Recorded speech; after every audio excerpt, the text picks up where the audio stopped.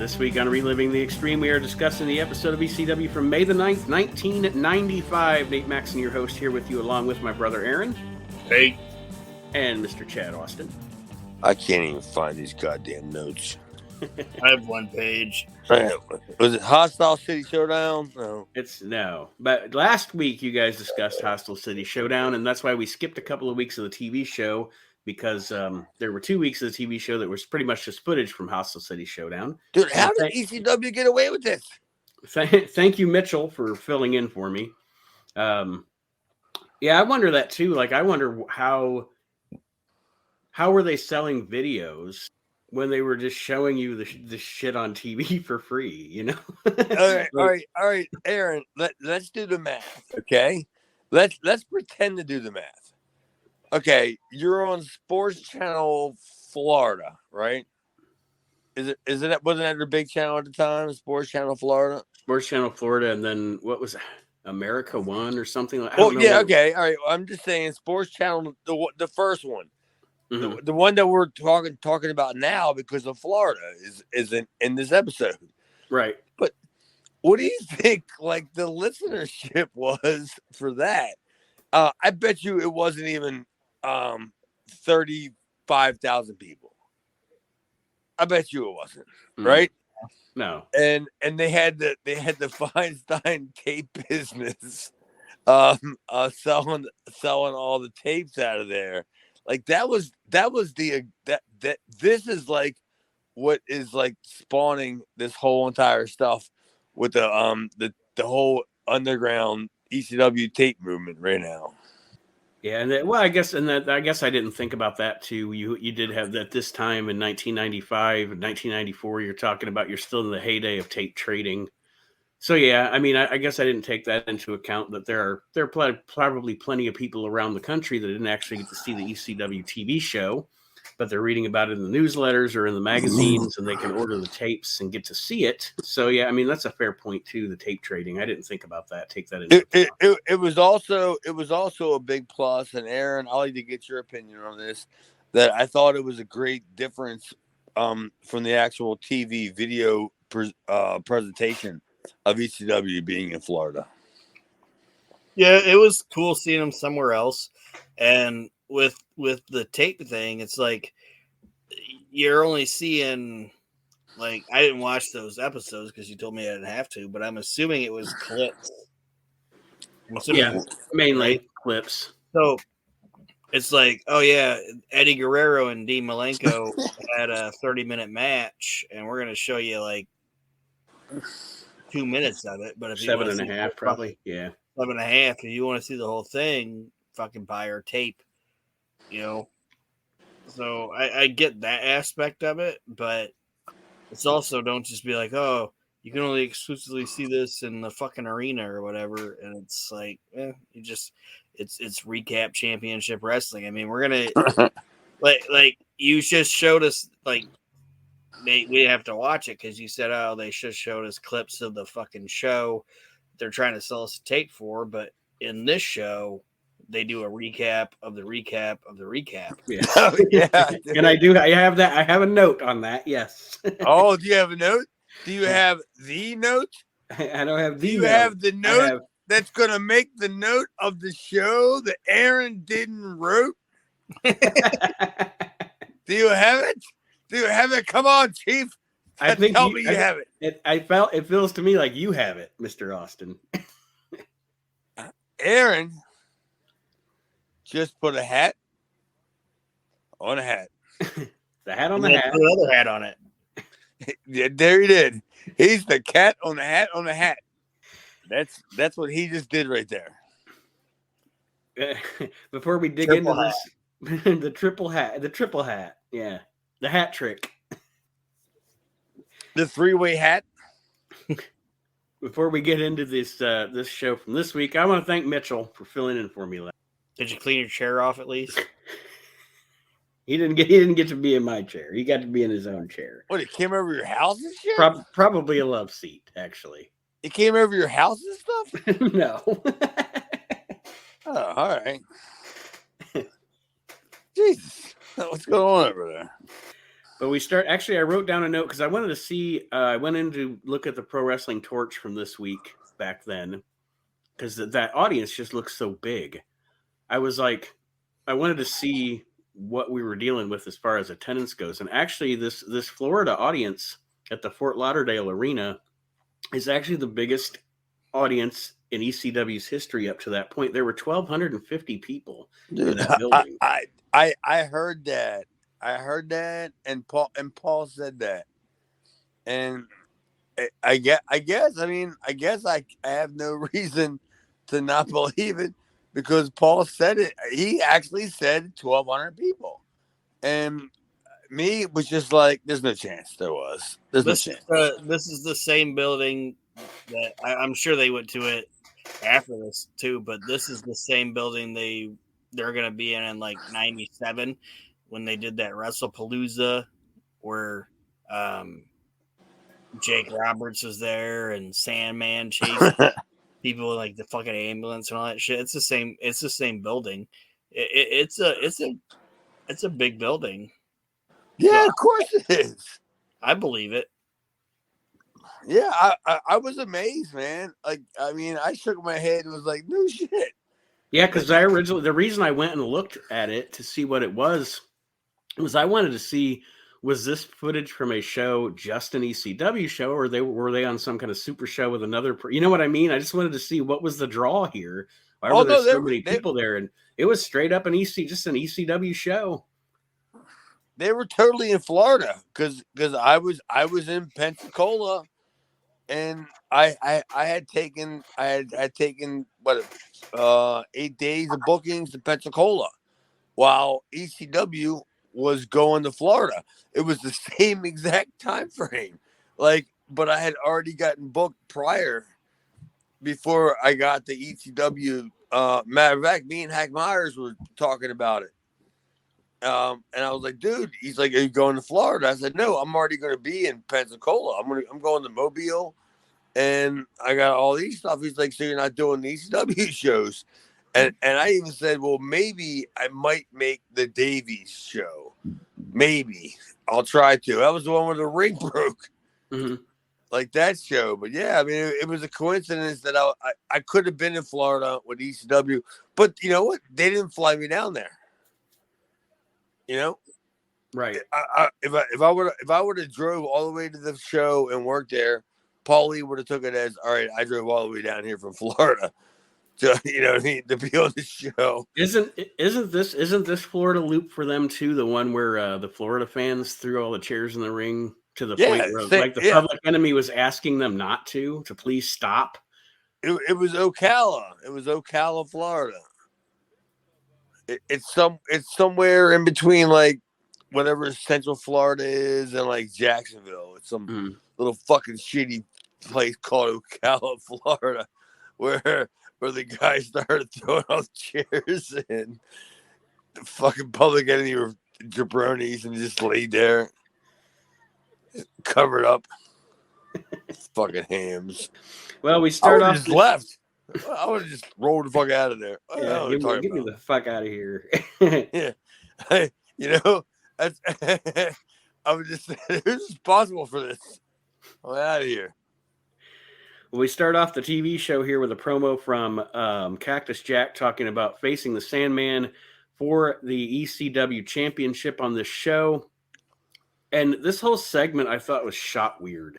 I don't know how to even describe what I'm, but essentially he cuts the promo about getting the title match with the Sandman. And then he goes to open up the door, and Dean Malenko and Chris Benoit are standing there. Douglas comes in between them and tries to get Cactus to give up the title shot because he thinks he should have the title shot. Oh, is that what he was doing? Yeah. And it was just shot odd. I don't know why, but it was just shot weird. There's some cool lines and stuff in this segment, but I don't know. The shots were awkward. Well, do you think that was meant to be? I don't know. It was almost like they they were trying something new, like trying to shoot it like a movie, because they would change the camera angle in a weird, like after Sandman, the folks, Sandman actually winds up coming in behind Cactus Jack and caning him from behind, but just the way they shot it, it was like they were trying to do different camera angles, like they were trying to do it like a movie shoot as opposed to a wrestling shoot. I don't know. I know. I thought it looked like it was one of them deals where it was the guys that were switching the doors when they were chasing somebody. And yeah. Like you go one door and you pop out, and the other guy come in. Like what are they doing here? What are they doing? They were trying to do, I don't know if this is right or if this will make sense, but they were trying to do at this time, a WWF or WCW type segment instead of just doing their shit. You know what I mean? Mm-hmm. Like, it should have been like Cactus walking through and the camera following him instead of like a jump cut. Like, jump cuts don't work in this situation, in my opinion. It seemed hacky, and they didn't know what the fuck they were doing with it. Well, I mean, jump cuts always just scream overproduced. Yes. I mean that's the first thing you would think, right? Because you know, if it's bad and you see a glitch, then you're automatically going to say overproduced. But if it's bad, you see a glitch and it's overproduced, you're gonna go oof. Jesus, where's the? Can we get a Bella? Jesus. But yes, Aaron, did you have any opinions on this segment? Any other notes that you took? For one, they I don't know why Shane's audio dumped. Like, Shane was like talking, and it just went silent, so you didn't hear the. Like, he was like trying to take off his goddamn. When he's trying to take off his watch, and he's just like, and it was just quiet. So it was just a guy fucking yelling in a door frame. Aaron just sounded more heated than Shane. He was trying to take off his goddamn watch. And it didn't work. And then also, Shane wants to be the ECW champion. Okay, like, he wants his title shot. But we just watched Hostile Shitty Showdown, and he was leaving. So why Shane won a title for the company that he wants to fucking leave? You know, bragging rights. All right. Who don't want to walk into the local establishment with carrying a belt over the shoulder? I'm the champion. I just thought this whole thing was a clusterfuck. Of course it was. And you can see the story they're trying to tell. It just was very, very klutzy in a way. Very, very klutzy. Yeah, it's very klutzy in the way. That's the word, is klutzy. You know, I can just see it being brought up in a booking meeting. You know, I don't understand this whole angle. It's pretty klutzy. Pretty klutzy. And the next thing you know, he's getting fucking Sprites and 7-Up sugar-free out of the fucking vending machine. All right, buddy. This whole segment was R-worded, in my opinion. Yeah, I agree, dude. It was just, oof. You know, yeah, I give it a big solid oof. Oof. Well, Joey Styles introduces us to the show now as he comes on the camera talking about how the show is in Florida, obviously. And then later on, we're going to see Cactus Jack versus the Sandman for the ECW Championship. And then we go to Public Enemy. Oh. Sitting in a gazebo that they call a gabozo, a gabazo. They're drinking Thunderbird, talking about ECW in Florida. I always love to get you guys' opinions on Public Enemy segments. Whenever I see a Public Enemy segment, I'm like, it's going to be gold, Jerry. It's going to be gold. Oh, yes, it is. It looked like two fat gay dudes on a vacation. Is that what it looked like? Yeah. Well, I thought it wasn't that bad. I did like how they I think Johnny brings up that they should they be drinking this Thunderbird at 2 p.m. or whatever, and the other Public Enemy goes, whatever, Sandman be drunk all day. I did think that was funny. The other Public Enemy? Yeah, whatever. Rocco Rock, that's it. I just thought it. I mean, honestly, I just thought the whole entire thing was just original. Like it was just something different, you know, to put in the middle of a wrestling show. I for I don't know 30 seconds before when I was walking in between the refrigerator and back to the sofa, I'm going, all right, what is this? Then I hear, oh Johnny, it's spaghetti, and I was like, all right, that wasn't that bad. It wasn't the worst thing I've ever seen. And it's kind of a refreshing backdrop to see Florida instead of, when they're constantly in an alley with broken bottles. Dude, that puts the company over. Yes. It puts the company over and letting everybody know that they're international. They travel. They do that stuff, and that's exactly why they did it. It had nothing to do with Johnny and Jimmy and Timmy and Tommy talking about what they're fucking going to do at the fucking Waffle House later on. It was all about we're making ECW look as big as ECW can look for this weekend. That's exactly what it was. And it was, oh, Timmy, Tommy. Hibbity hoopla. I was probably a little too hard on the fucking gay Public Enemy. But like when I saw when I saw the beach and I was like, oh, they're in Florida. What I was thinking was like, it's gonna be woman. Like that's what I thought. Like, woman's gonna be on the show, and then these guys popped up. So I was probably just like, because those weren't the tits that I wanted to see. You want to see Johnny Grunges? Yeah, I was like, these fucking clowns. And they being in their gazebo or whatever. They couldn't fucking speak. The gazebo? It was talking about the gazebo? It was kind of funny that they couldn't pronounce gazebo. Gabuzo. Gabuzo was the one that popped me. Gabuzo! I'm glad that little bit of popped you. Yeah, whatever. It was fine. I mean, if this is what I'm supposed to like about Public Enemy, then okay. A couple of gabozos, yes. Yes, I mean, they should probably tell me that I'm gonna have to deal with. I'm fine. If they would have called it like a Caruso, that would have been a Caruso, a Coraluzo. Caruso. They didn't call it a Caruso. That's a missed opportunity. They should have. No, the Gino Caruso. Do you know who that is? That was one of your tag team partners, wasn't it? I can't hear you. You teamed with Caruso, didn't you? Oh, I'm sure I did. He's got a super sack. I've never seen a sack like this. He's like the only guy I've never seen that don't wear underwear underneath his outfit. It looks like he's hauling ass. It would have also been funny. That's funny that I brought that up. And then also, it would have been great if they were like, "Oh, we're the Carluzo." What about I can tell you Carluzo stories, but I'm also afraid to tell you Carluzo stories. He's dead. I know. I'm talking about because he might be dead, but he ain't dead.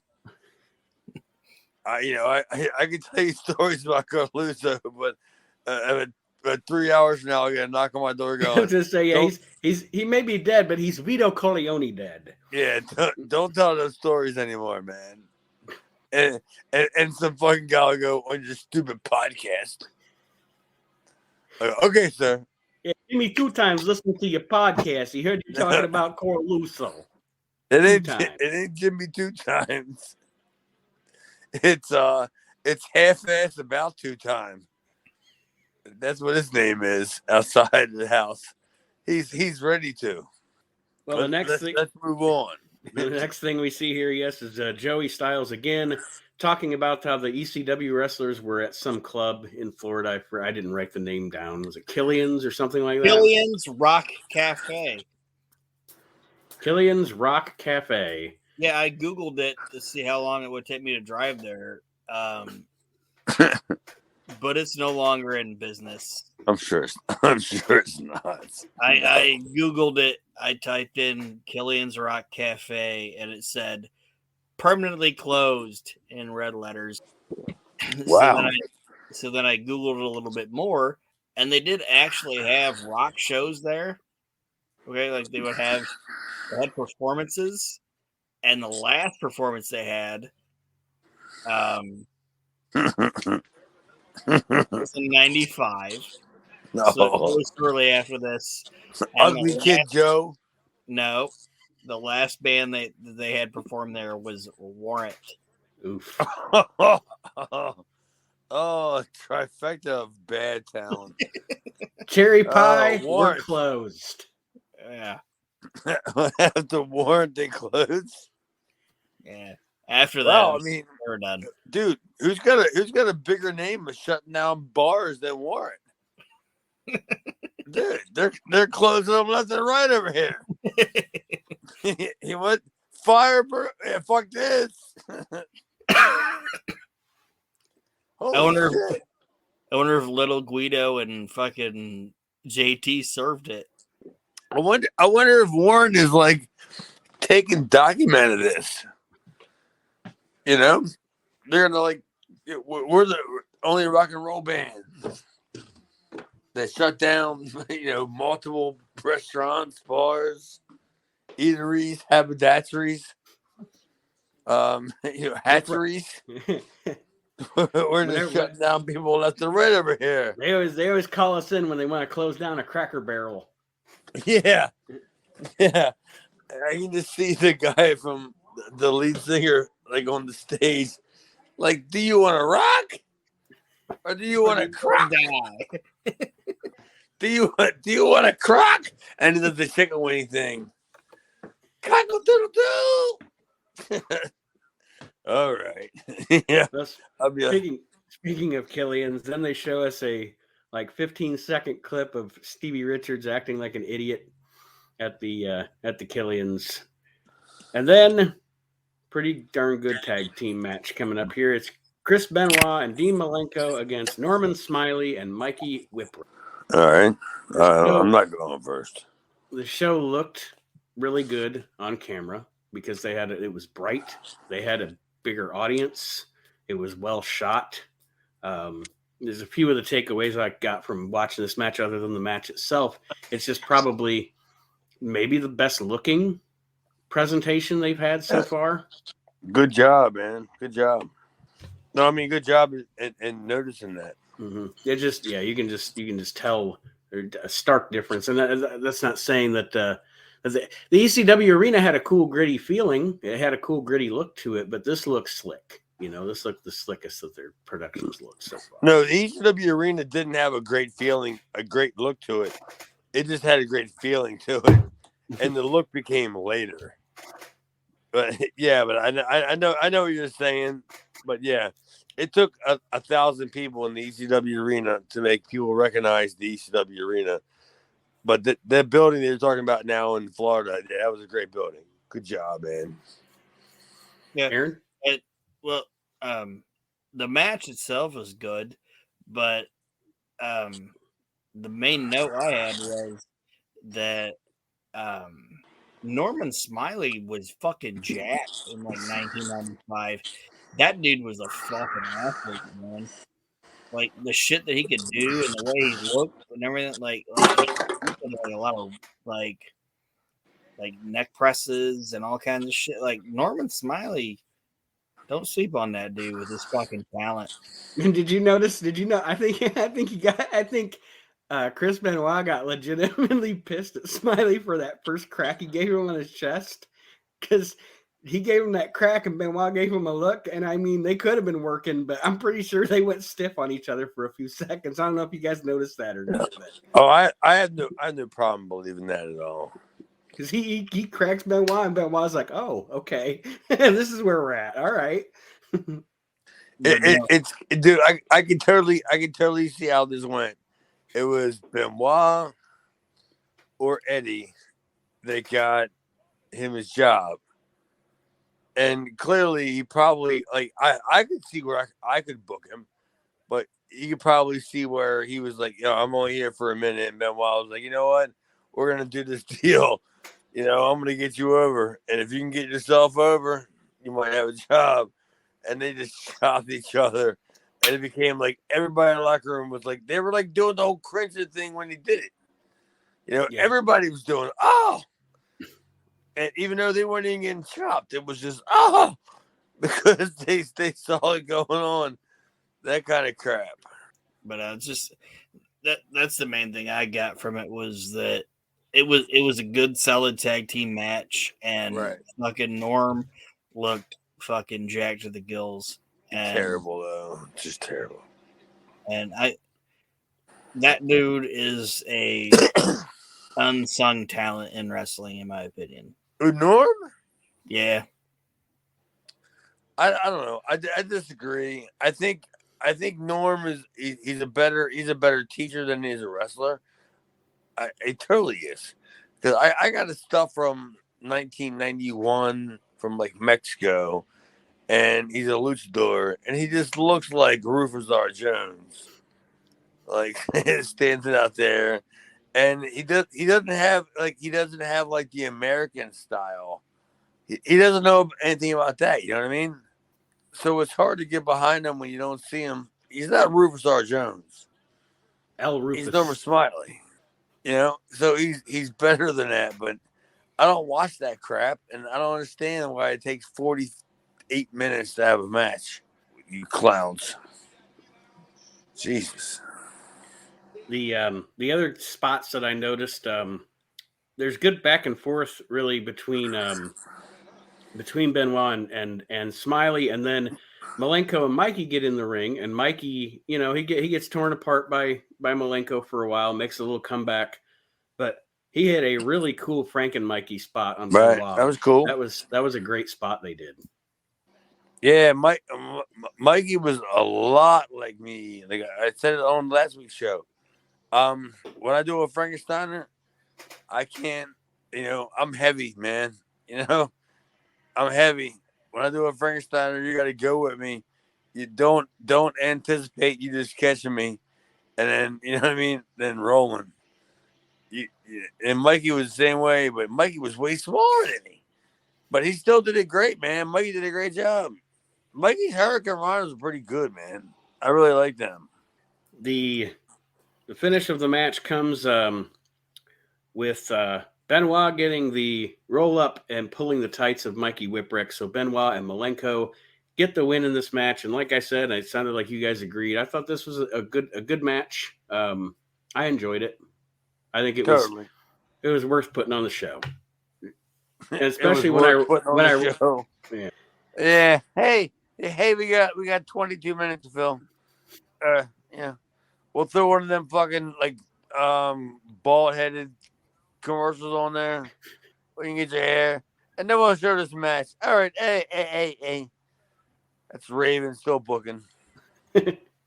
Well, up next we get the recap of the recap. Yes, the hat on a hat portion of our show. On a hat.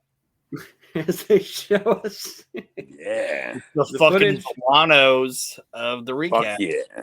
That's fucking bad, dude. The hat on a hat is bad ass. Eddie Guerrero, Dean Malenko. They show us the footage of that match. We got a hat on a hat, and then we've now introduced a fedora. And the sombrero. Oof. Oh, now we're getting crazy here. Well, I love the fedora and the sombrero. Is that what it was? The fedora and the sombrero? Or maybe it was the sombrero and the fedora. Which one was it, Aaron? You could fit the fedora on top of the sombrero much easier. When Eddie Guerrero threw him up in the air and he caught him on the shoulders and he rolled down and he hit him with the sombrero. I mean, and then he came around, then he gave him the go behind and the fedora. Come on. Which one was it? It was a fedora. Is that what it was? Yeah. Then we'll stick with a fedora. Are you sure it wasn't like one of them Panama Jack hats? I mean, are you sure it wasn't one of them? I mean, like a kimchi hat? Oh, yeah. I mean, it could have been. Was he wearing a low brow? Like he was trying to be unassuming? One of them Nazi pilf hats, like with a spear on it or whatever. I don't know anything about the Nazi pill house. What did you say? Pill people? What the fuck did you say? One of those pill hats. All right, how about this? How about no? Like a Hogan's Heroes hat. Like I know nothing. Well, yeah, I can lend you my my Put bed the sheet if hat you need one. on the hat. Push the hat on the hat. Do you need a bed sheet? No. Pillowcase? I did No. not see any of this coming. Yeah. I think Aaron's trying to tell us something here. It's okay, man. I was We talking got about you, man. hats. What's that? Just talking about hats. All right. Nate, stop this. Now we get party footage. It's footage from the party at Killian's, but instead the party gets pooped because Raven attacks Tommy Dreamer and poops the party at Killian's. Oh, well, at least Tommy Dreamer's not Aaron. Killing this party. I don't have any fucking notes. Was Malenko involved? He might have been shooting pool, I don't know. But yeah, essentially the gist here is and Raven and Dreamer brawl. yes. Oh, Yeah. dude.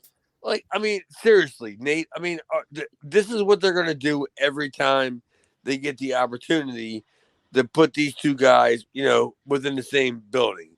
They have to have. They're gonna have to shoot some sort of footage, right?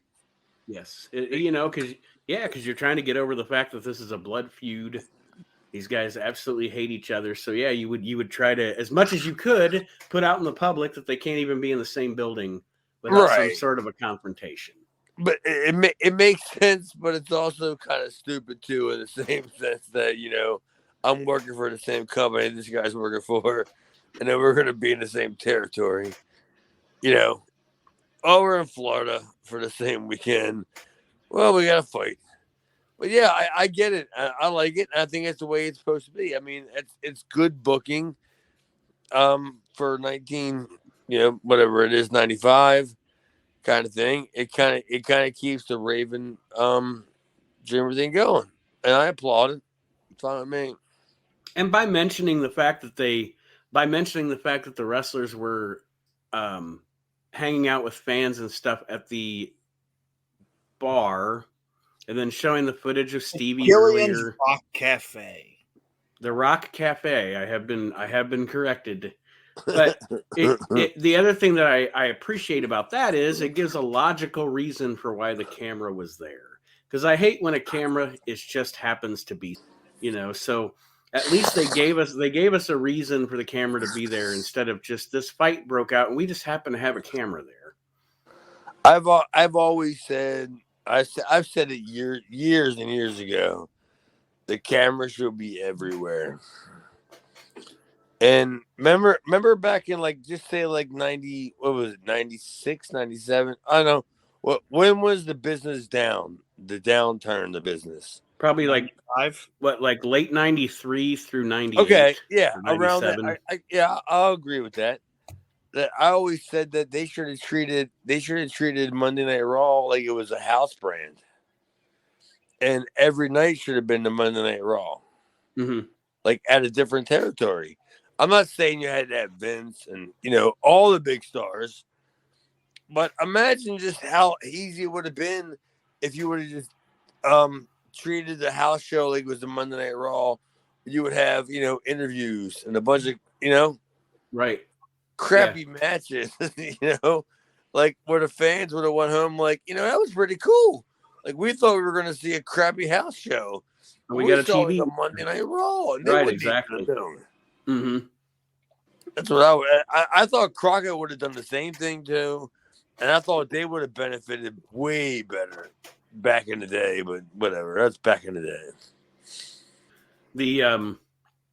But yeah, the fight itself, and then Joey does a little monologue after this, talking about how wrestlers are ECW wrestlers have been caught fighting outside of the ring in different areas more lately because of all the heat and all the intense rivalries going on. They were fighting the gas station and the fucking Dollar General. I have no idea what you're talking about. Knocking over the Slurpee machine. Yeah. Yeah, I didn't hear any of this. Aaron, what did you think of the brawl? I liked it. He said, Aaron, what do you think of the brawl? You just gave up on that one. Aaron, what do you think of the brawl? It was good. I didn't mind it. we all gave up on it. I mean, it sucks that their fight caused the downfall of Killian's Rock Cafe.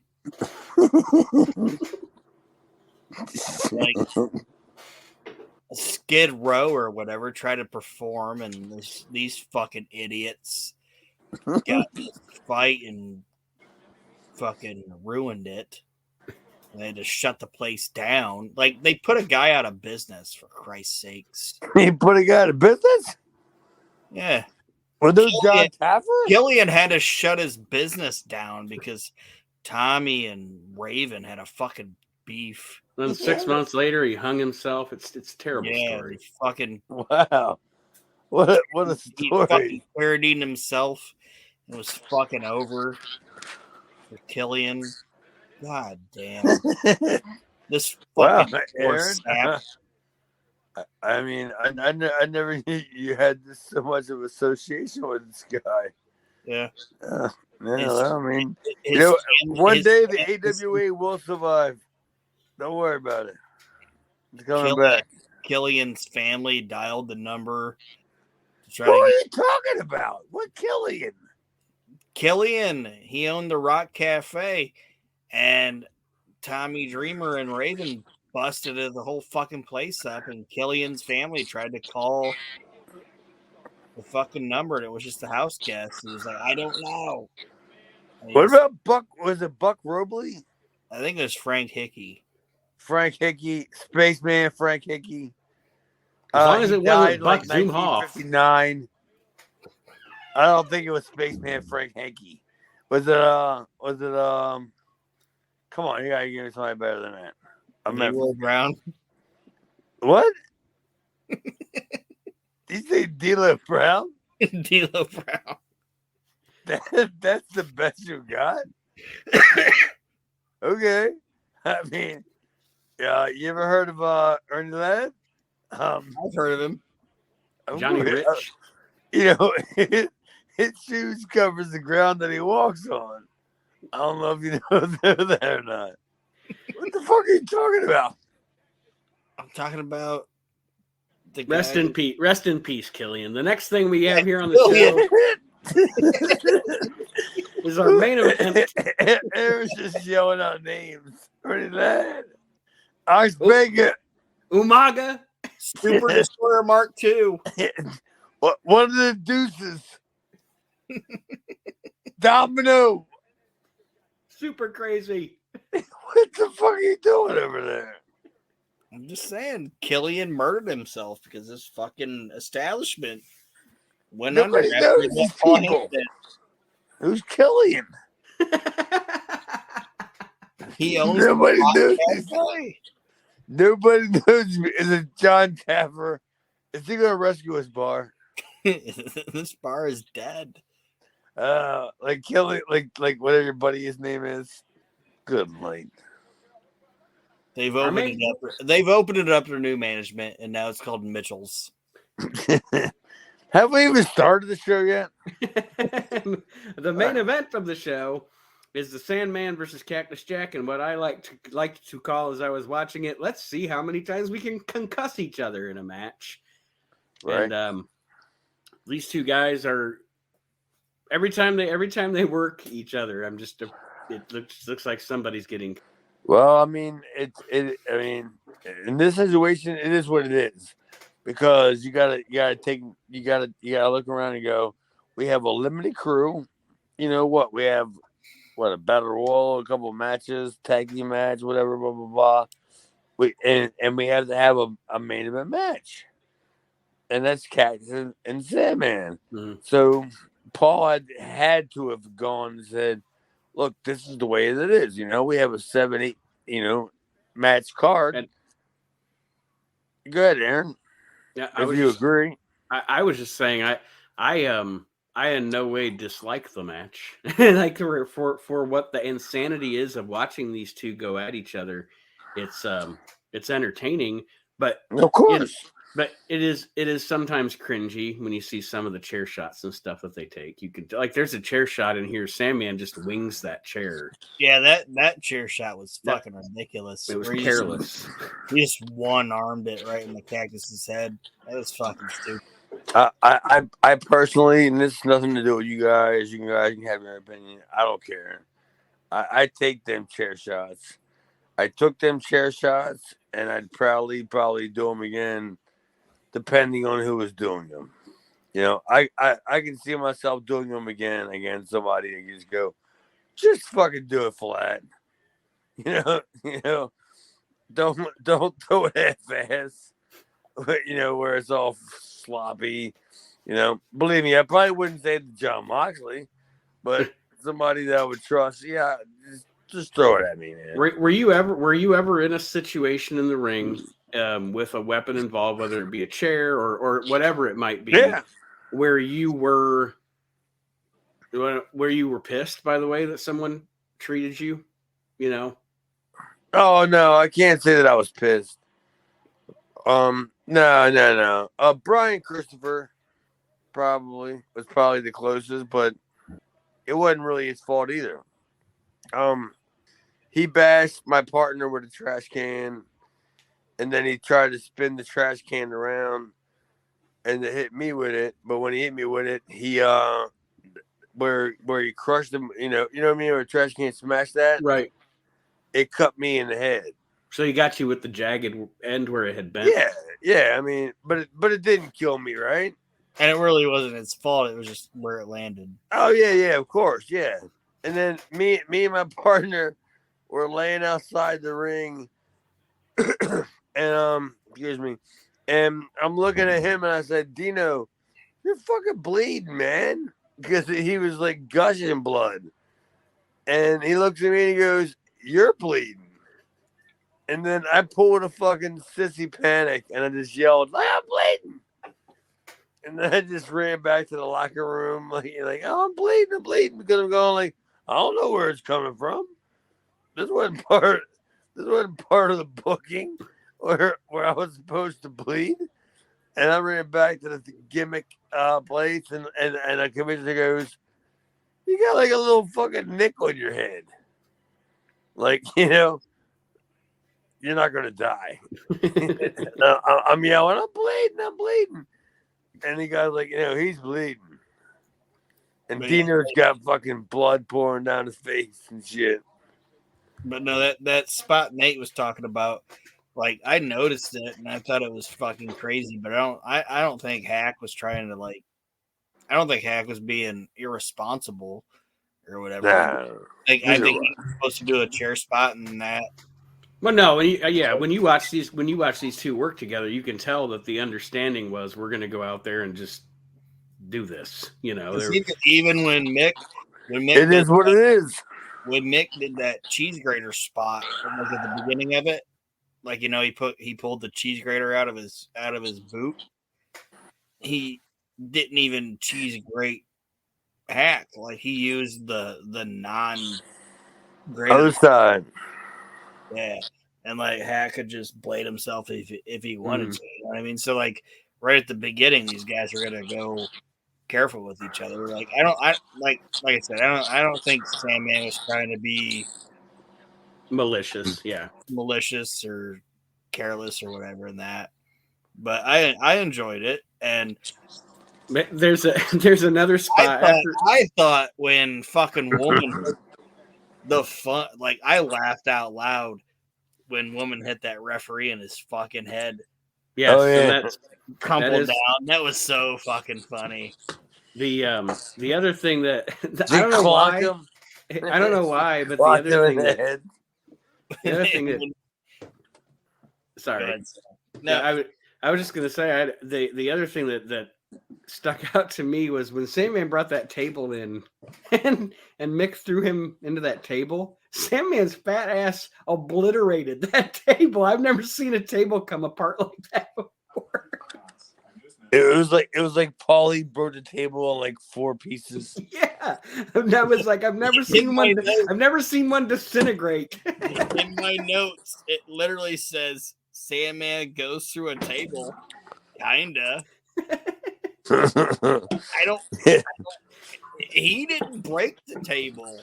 The fucking ring broke it. the manufacturers broke that table. Yeah. He went to that table, and they're still picking stuff up from that table.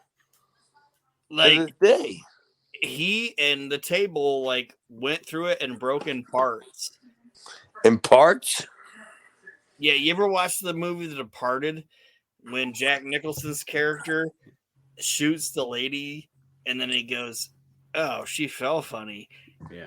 That's what I thought when Sandman went to the table. I was like, "Oh, he fell funny."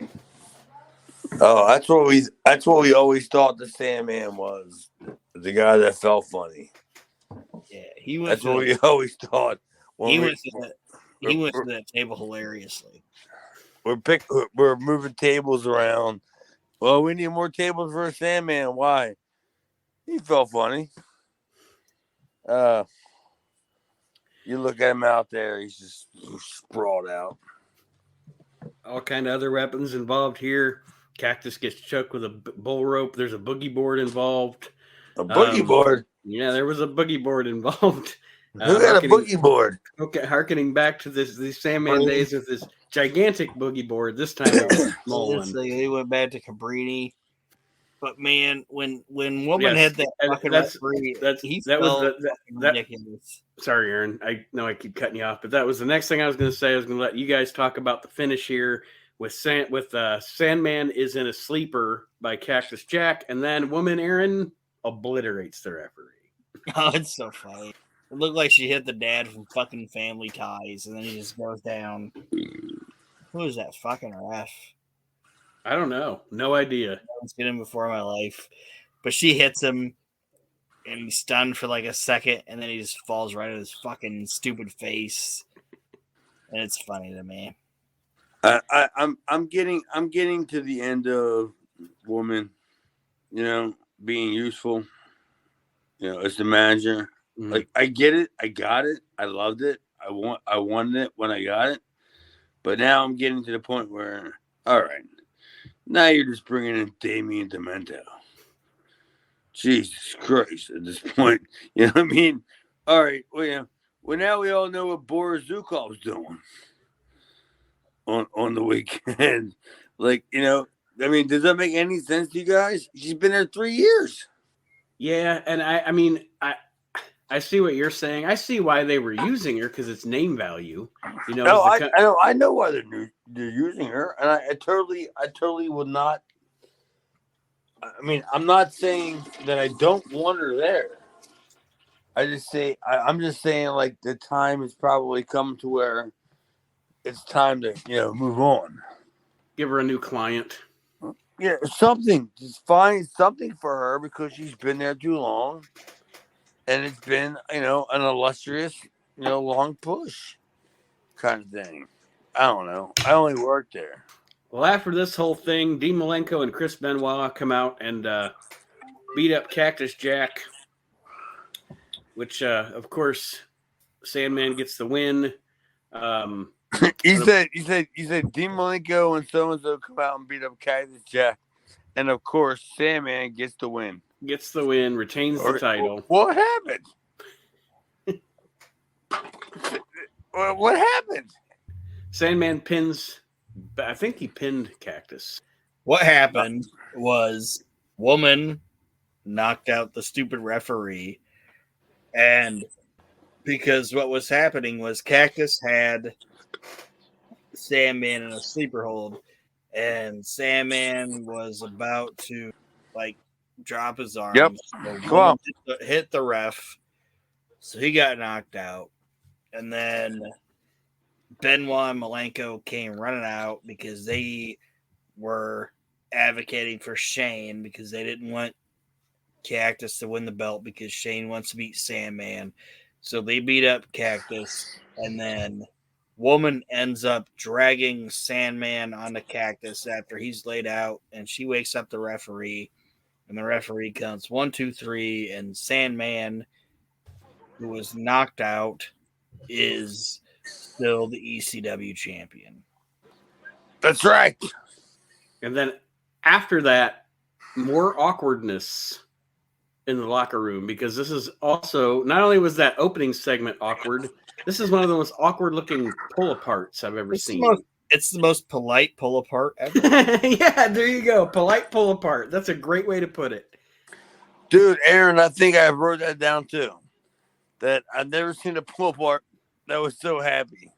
Like, yeah, that's what I wrote. There's your title for this week's show, the polite pull apart. I've never seen a pull apart that was so happy to happen. The only thing that would have like, the only thing that would have made it better is a birthday cake, tickling each other. Yeah, somebody should have had a birthday cake. Yeah, came rushing out with a Johnny Rods. Yeah, if they would have released all of them, I thought they were all going to start singing "Hava Nagila" or whatever. Dude, that's hilarious. That I thought the same exact thing. They just, Shane and Mick are up on chairs and they're just like, okay, we're doing this now. All right. Is that what we're doing? Yeah, Cactus Jack and Shane. The Cactus Jack bust into the Triple Threats locker room, and they have the most polite pull apart in the history of professional wrestling to end the show. And that was that. What did we think of this episode of ECW, guys? I didn't mind it. The beginning and the ending, and it's surprising because of the people involved. Maybe it was the production, I don't know, but those two segments with Douglas and Cactus were pretty bad. But I liked the tag team match. I liked the main event. The Florida presentation was great, and you can see the company growing and going in a positive direction. Nate, you want to go first? I already did. I mean, Aaron, I'm sorry.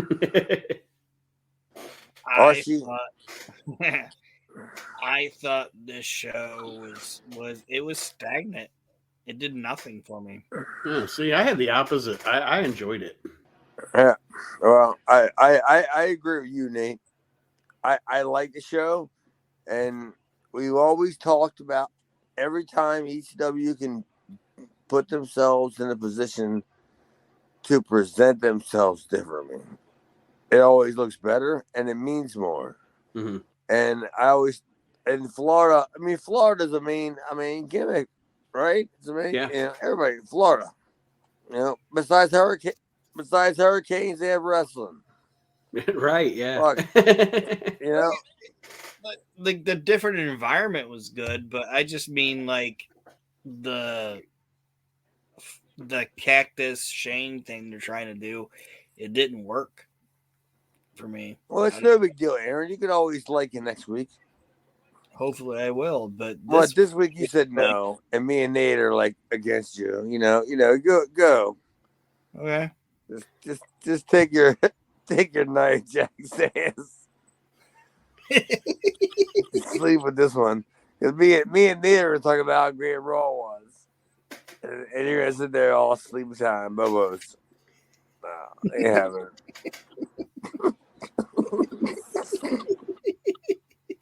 At least I made the show. I'm gonna politely pull you two apart. Where's Archie? He's sleeping. He's gonna pop up in the window. He can't pop in anywhere. He will slowly climb into the window. He will slowly cook in the window. Slow cooker Archie. All right. Gentlemen, any parting words for our listeners this week as we sign off here on Reliving the Extreme? Chad's video vault. Yeah. Yeah.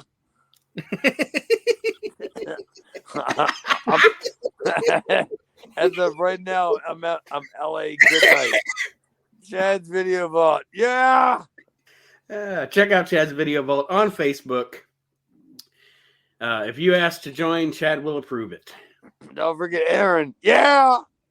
Yeah. If you want to see Chad's video vault perform at Killian's Rock Cafe, I'm not Killian's Rock Cafe. Who's there? Just saying, it's fun. It's a great saying. So you're false promoting me? If you want to see chat at Killian's Rock, whatever cafe, I don't even know where Killian's is. It was in you live in Ohio, dummy. It was in Fort Lauderdale, Florida. Well, I'm in Dundalk. Oh, can I get a train real quick? You get a Greyhound to Greyhound to Ocala. Yeah, hang on, Aaron. I'm gonna catch a train. I'm gonna do a 30-minute set at Ocala, Florida, because I was a guy from 1996. 30 minutes. What's the deal with you? Why are you doing it? Because I don't want to.